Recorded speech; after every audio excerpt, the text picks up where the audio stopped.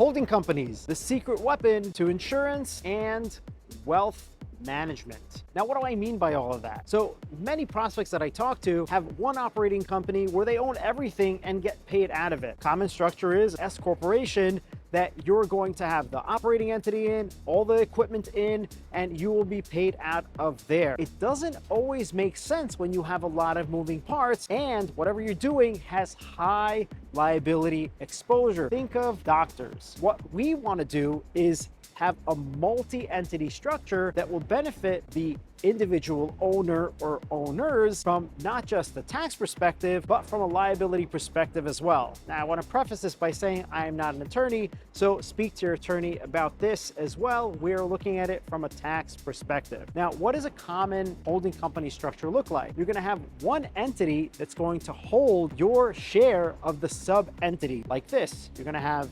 ABC Co., which may be an S corporation, that's going to hold the operating entity itself, XYZ Medical Group.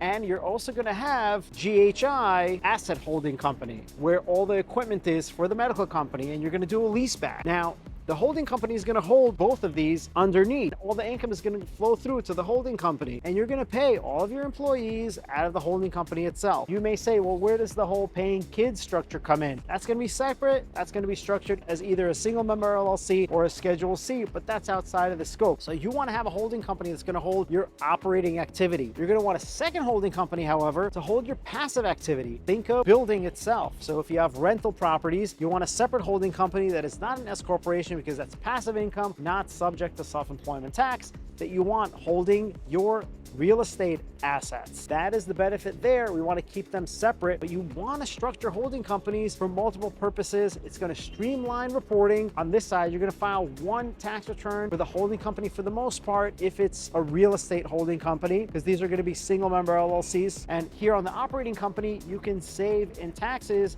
if everything flows through into an S corporation. The state that you reside and work in or nexus exposure to. But at the end of the day, this is a very common structure to be able to save on taxes, increase your liability protection, and grow your wealth. Make sure you have these conversations with your tax advisor. And if they're not really setting this up for you, ask why. Follow and like for more.